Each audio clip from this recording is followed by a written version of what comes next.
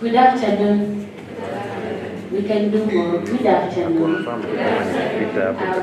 Thank you so much. My name is Betty Lodiambo, and I am privileged and honored to represent the Lean on Me Foundation. I am here to share a bold transformative journey which we've embarked on, one which is rooted in feminist youth leadership as a powerful force in reimagining adolescents and youth sexual reproductive health. And our program is called the SRHR School of Feminism, and it is a program that was done in Kisumu, Siaya, and Nairobi counties.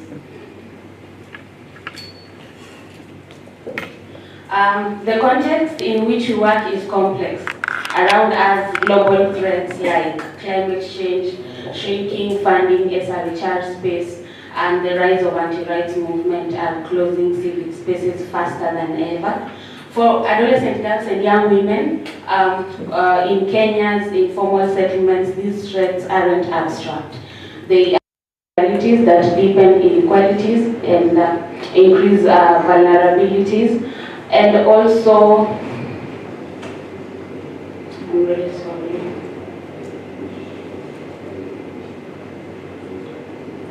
They deepen and increase vulnerability in response, and in response, we created the SRHR School of Feminism, which is a youth-led feminist space that goes beyond service provision to build voice, agency, and power. We didn't just want to respond, we wanted to resist and reimagine the future of adolescent girls and young women.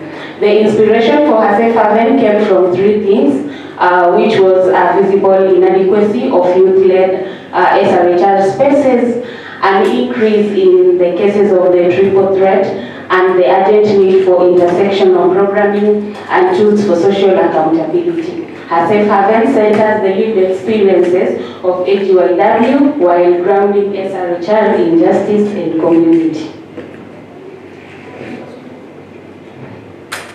Our objectives are bold but necessary: to amplify feminist SRHR education, lived realities of our communities, to promote HYW-led civic engagement, not just as participants, but as change makers, and to nurture leadership that centers bodily autonomy, digital rights, and intersectional health.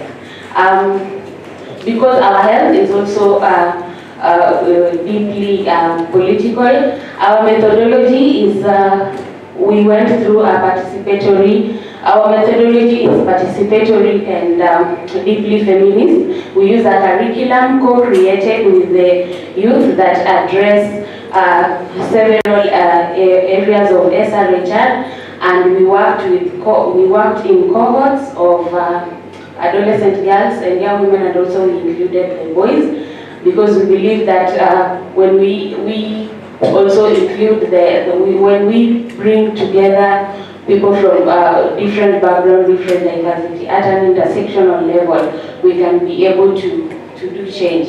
We also had having monthly mental health check-ins.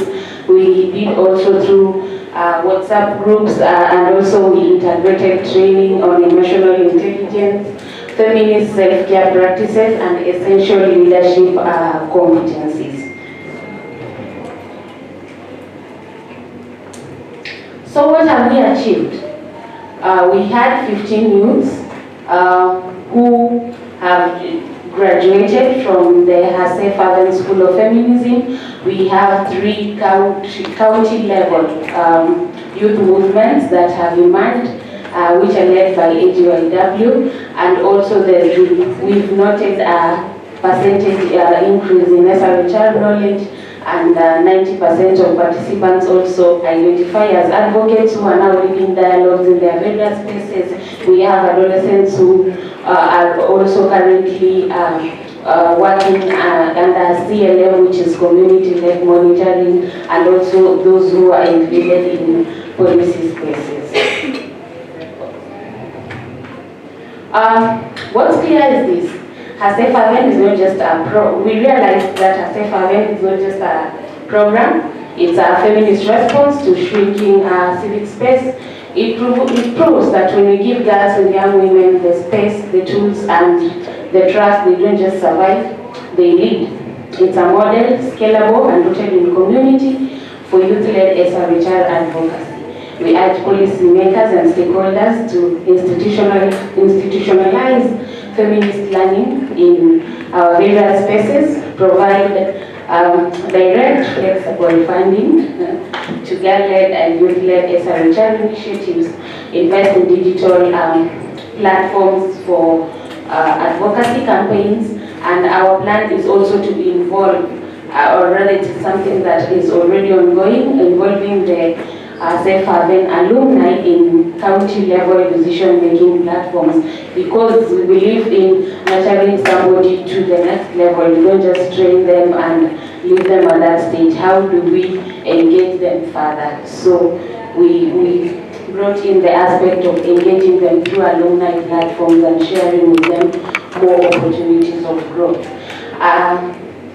To all of us here today, join us in reimagining adolescence.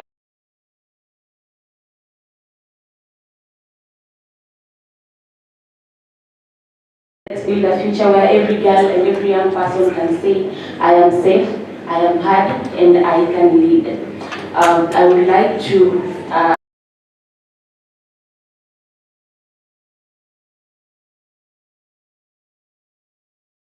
platforms. Thank you so much. Really pleased to be with you here to share my presentation here with you today. And at this juncture, I also take this opportunity to welcome all of us tomorrow on the 26th. This same hall, Saskia said, Baraza is the place to be. We have a side event that will be hosted by Tika. And please come ready to come. Let's get ready to learn and engage. Thank you.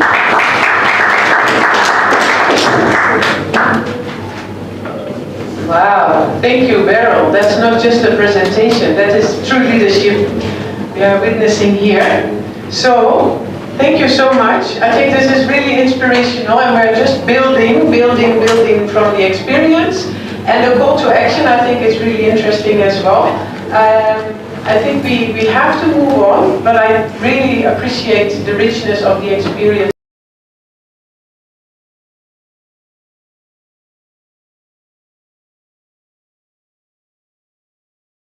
We can take it much further. So that's really interesting. Thank you for being here and sharing both your experiences.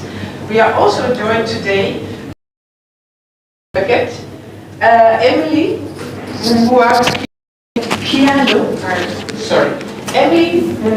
Kialo from the Regional Network Kenya, working in Nairobi, and she will share about the role of digital platforms in enhancing youth access to sexual and reproductive health and rights information in Makongeni Tika. Is that a district or a county? You are going to explain to us who are not from Kenya. Welcome, Emily. Let's encourage her.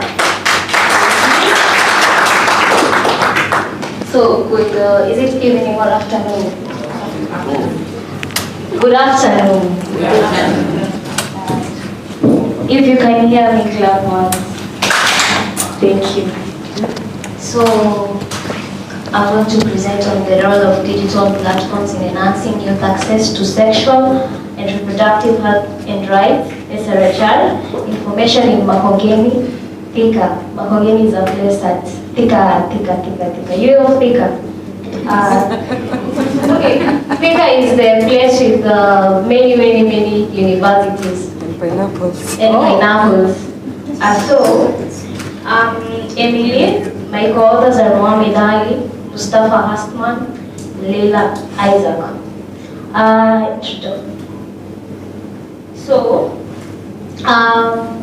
I'm going to start with bodily autonomy and self-determination are fundamental to achieving sexual and reproductive health rights.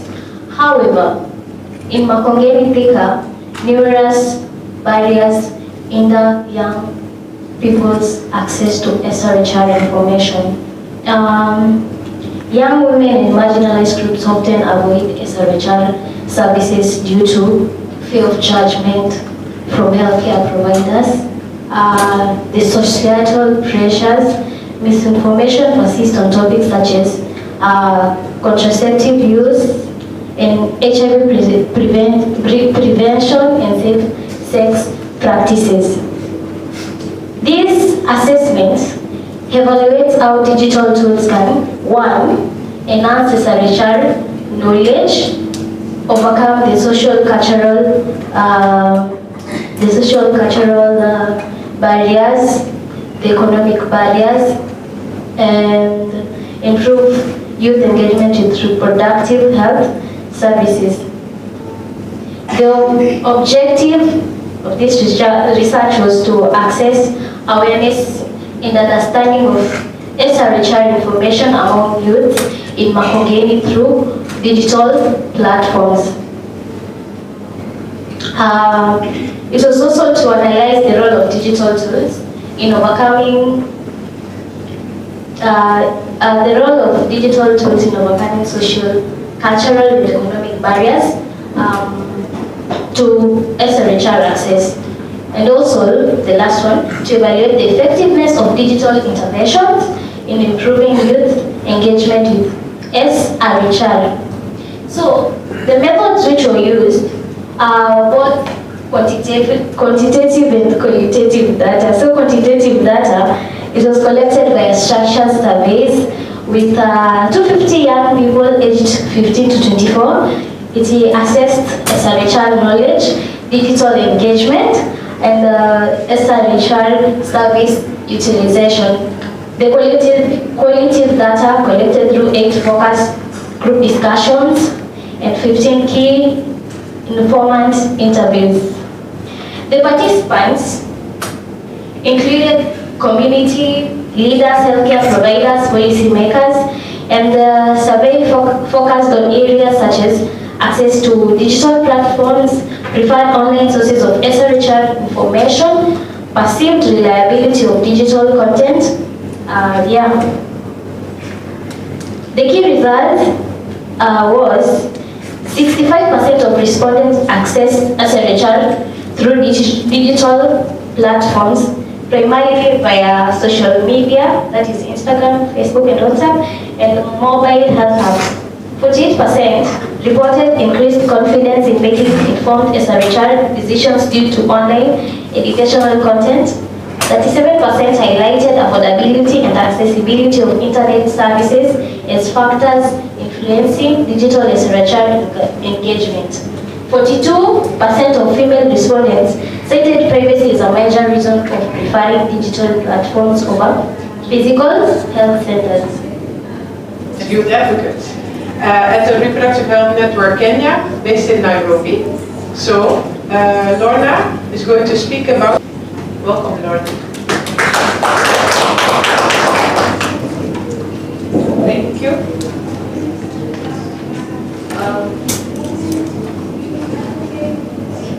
So good evening, guys. Good evening. I'm sorry you have to forgive me. I'm not such a good public speaker. My heart is pounding right now. So yeah, I'm Lorna. I'm a passionate queer youth advocate at SRHR, and today I'm going to be presenting my abstract. The project is Empower Her, closing the gap, the access gap to contraception for Nairobi adolescent Nairobi girls in Nairobi County. Okay, sorry. In Nairobi County.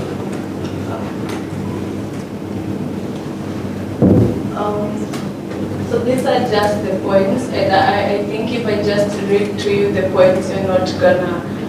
So I'm gonna just read it. It's still the same points, but explained a little bit. Yeah. So adolescent. Okay. So adolescent girls face persistent barriers to accessing contraception, contributing to high rates of unplanned pregnancies, sorry. And in many low and middle income countries, including Kenya, adolescent girls face high rates of unintended pregnancy due to limited access to comprehensive sexual and reproductive health services. In Nairobi County, this contributes to school dropout, maternal mortality, HIV vulnerability, and lifelong socio-economic disadvantage. So the objectives. Identify key contraception access barriers. Understand girls' experience and needs. Design a multi-pronged intervention approach. Measure uptake and service improvements. Gather community and provider insights. So I'm going to say another objective is like identify key barriers to contraceptive access among adolescent girls, access the effectiveness of a multi-component intervention designed to improve access and usage.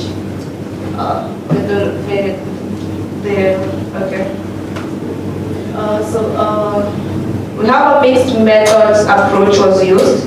A quantitative data came from a cross-sectional survey of girls aged 15 to 19, accessing contraceptive knowledge, use, and service access. The second one was qualitative data, interviews with adolescents, healthcare providers, and community leaders, offering and attitudes towards SRH services. The intervention. The first one, I would say community-based awareness campaigns. This debunked myths, promoted available services, and disseminated SRHR information via youth-friendly media channels like the Instagram, the TikTok. So the second one was a mobile-based platform. A digital app offered reliable contraception information, appointment booking for SRHR services, and confidential counseling via chat or SMS. The next one is healthcare strengthening. This brought out the efforts improved privacy, provider training, and adolescent-friendly environment within existing health facilities. So the results. So let me just read what I have instead of the points. So the Empower Her program led to a measurable increase in contraceptive use among girls in the intervention group. The mobile app was especially impactful for those in remote areas or facing social stigma. The qualitative data that we gathered emphasized the importance of privacy, non-judgmental care, and trusted providers. Key challenges that included were fear of judgment, misinformation, geographic barriers, and low parental support. Recommendations. So the first one, sustain funding for community education and myth-busting campaigns. The second one is expand adolescent-friendly SRH services that prioritize privacy and compassion to all. So scale up digital tools for wider access for everyone.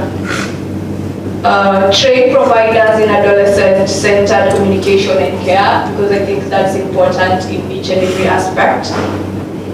Involve parents in supportive conversations around adolescents SRH, also important.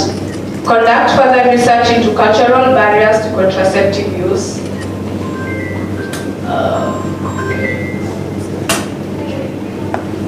So by thank you, I'm gonna leave with you more like the conclusion. So the Empower Her illustrates the potential of integrated youth centers in interventions in improving SRH outcomes by combining education, technology, and healthcare reform. We can support adolescent girls to make informed choices, protect their health, and realize their full potential. So the reason we did this is because I am a tech person and I wanted to come up with something that did all of those. education, technology, and information, and I thought this was the best project, and thank you. Thank you so much, Lorna. I think you started out by saying you're not a good public speaker, but I think your levels are increasing. They were increasing by the minute. And I think you did an amazing job, very interesting results. And again, the time given to our presenters has been very limited with few slides. They have much more to say, so make sure to speak to them after we close. We have time for questions, and we still have more speakers coming up. We have heard quite a bit about Nairobi, right? Yeah. Yeah, the Kenyans are numerous in the room, and there's only one person from Holland, unfortunately, making noise. But we'd like to move to Uganda now, because our next speaker is from Kampala, Uganda, Rachel Tafumba, who is with the Women Pro Bono Initiative. And Rachel will present about disrupting progress, the devastating impact of Trump's executive orders on Ugandan women's rights. Now, I made a small promise to myself the whole week I'm not going to mention the T word. We do not just don't say the name, because we should focus on us, what we can do. I hope you will cover that in your presentation. Thank you so much, Rachel. Welcome on the stage.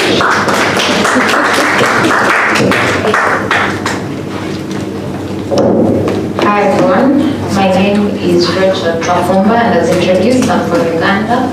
I work with an organization called Women's Pro Bono Initiative. It's an organization that works with women, vulnerable women. We offer legal services pro bono, that means it's for free, but we also do advocacy work. So in our advocacy, we do research, and that's where my abstract came from. So earlier in the year, we did research, and we did an issue paper covering the executive orders that opened up the reign of the new president, so in the United States. So key to the executive orders was the fact that there was a suspension of USAID funding that covered most of our health sector budget in Uganda, but also was key to the funding of organizations, women rights organizations in Uganda at the time. So when you look at those executive orders, there were quite a number of them, but then in our research we decided to break them down into 4 major categories. So I'll make reference to my notes because owing to the fact that our slides had to be limited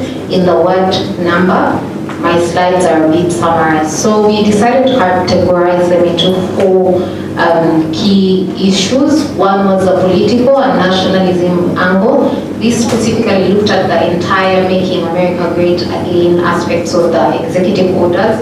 And then the economy, capitalism, and neoliberal orthodoxy. Here we looked at cuts in investment outside the United States, but also within the United States to generally reduce on government expenditure and grow the economy. And then thirdly, we had national security, which ideally looked at a certain push towards looking at, should I say, portraying non-whites as a threat and the cause of high crime rates in the United States and job insecurity. But lastly, we had meritocracy and the anti-gender ideology, which ideally looked at limiting the rate at which women could express themselves, and everyone else that did not ideally identify within the confines of the Trump administration. Sorry, I had to say that word. So the key pointers from the categories that we decided to break down the executive orders was 1, the fact that there was clear identification of racism, white supremacy, and sexism. And then we had a logical flow from the neoliberal macroeconomic agenda. So you realize that it's not really a shocker. It was to a certain extent expected that when the Trump administration did come in, there would be certain limitations to how much people did express themselves. And then we had aid cuts, and this is where we fall and where the paper focuses most. And then the collapse of the gender industry, we are being limited to what we can define as gender and when we can discuss gender as persons that are working within this space. And then the huge backlash, we did see a certain level of backlash in the United States and all over the world towards the United States government because of these executive orders. And then lastly, you will then, throughout my presentation, be able to pick how these executive orders affect Ugandans and the citizens at large. So in the development of the issue paper, we did have a consultative meeting where we brought together women's rights organizations to get an actual feel of how they were affected by these executive orders, because it wouldn't be fair for us to claim that we were capturing what the effects were without us listening to the voices of the people that were working in these different communities. So first thing, there was definitely a disruption in service delivery for medical services. Like I said earlier, a great percentage of our health sector is funded by USAID, but in our women rights organizations that do a lot of SRHR work, we have a lot of funding that comes from USAID. So when that particular funding was cut, there was disruption in service delivery in terms of ARVs for persons living with HIV, and those were the greatest affected people, because at this moment, if you Google Uganda, you realize that the rates at which HIV is spreading is increasing, but the number of people that are dying because of HIV is also increasing at the same rate. The other thing is still tied to USAID funding. We have PEPFAR that covers to a certain extent the services in regards to PEP and PrEP for persons that work with persons living with HIV or generally in medical institutions, you know and understand the importance of those two drugs in regards to, one, fighting the spread of HIV, but two, protecting victims of sexual violence from contracting HIV and AIDS. So there was also an effect in that regard, but then you realize that contraceptives are no longer as accessible as they were before. Most of the organizations and medical institutions that were providing the same can no longer do that. Yeah, so we have a decline in dissemination of sexuality education. So you realize that in Uganda generally, the rate at which CSE is being done has been curtailed already, but now with these executive orders, our government now has some sort of global backing from the international space, which is the USA, so there has been even more limitation to the extent to which we can have CSE in schools, and that has affected the information that young people are receiving. And then we've had curtailing of the voices of women activists, because now they are limited in the work they can do in the areas they can reach because of the funding cuts. And then boosted anti-feminist narratives and conservative legislation in the country. And then lastly, we have issues of mental health, which in Uganda are considered a very wide say thing. So we have an issue regarding mental health crisis that is ongoing because of these budget cuts. It is important for us to know that even when it looks like all hope is lost as women rights organizations, we are still fighting on, we are still pushing on, and on our way forward. The next slide. Yes, we decided that it is important for us to push for government accountability, because as the budget is being passed, we realize that still in Uganda a lot of money is put to security, yet we've not had any serious threats with our security for a very long while, and the health sector gets less budget allocation. So we hope that moving forward there can be greater allocation to the health sector. Scenario building to help us prepare in case something like this happens anytime now we are prepared to be able to still continue operation at the time. And then public-private partnerships. Now in Uganda we have a company, CIPLA, that provides ARVs. It does manufacture its own ARVs, but all the ARVs are exported to other countries. Why? Because they're very expensive. So at the end of the day, you realize that we can only import, yet we have manufacturers within the country. So as women rights organizations, we are trying to push for public-private partnerships to ensure that have more locally manufactured ARVs in the country. And then, yes, we need to address the health crisis, and lastly, leverage the existing infrastructure to referral pathways to ensure that services can still be accessed even when we are limited. So that is it. In conclusion, we still need to work further towards ensuring that we have our own internal capacity to sustain us even when things go wrong as women rights organizations. Thank you very much. My time is fast spent. You can access the paper on the Women Pro Bono Initiative website. I have a few copies for those that will reach me first. You'll be able to get them. Thank you very much.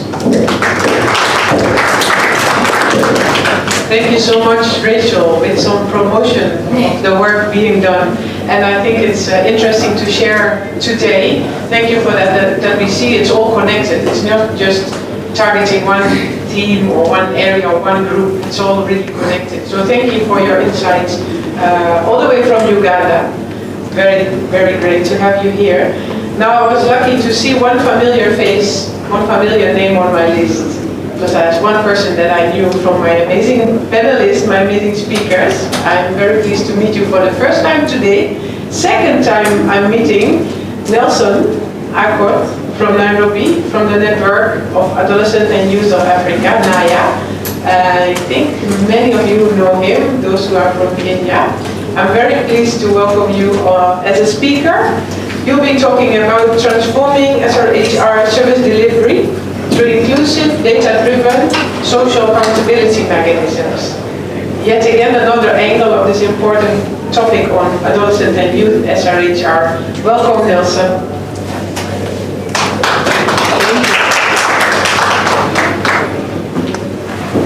Thank you so much, Saskia. You said you are flying to Uganda, and you like to fly back to Nairobi. So I hope you're going to learn a few things that you managed to also do in Nairobi. So I'm going to present a program-based abstract that covers access to SRH services. Many of our time we talk about the challenges that you are facing, the gaps that we have within the systems. And so for this paper we had the wins that we've already had. When you talk about policy interventions that help us to respond to the needs of young people. So I'll refer to the guidelines on access to youth-friendly services that really helps in streamlining services provided within the facilities. But now that we have the framework, the challenges are still there. So how do we respond to the challenges that persist regardless of the policy interventions that we have? So we implemented a project called Youth Care in partnership with IRF and PATA in 2 counties, but I'll stick to Nairobi because of the different demographic backgrounds, so that we pick what we learned in Nairobi. So it was a youth-driven scorecard in 6 facilities. And the aim was to actually empower young people to correlate service provision and also supporting, improving quality of services provided in their facilities. Slide. So it was just actually to transform service delivery within the facilities.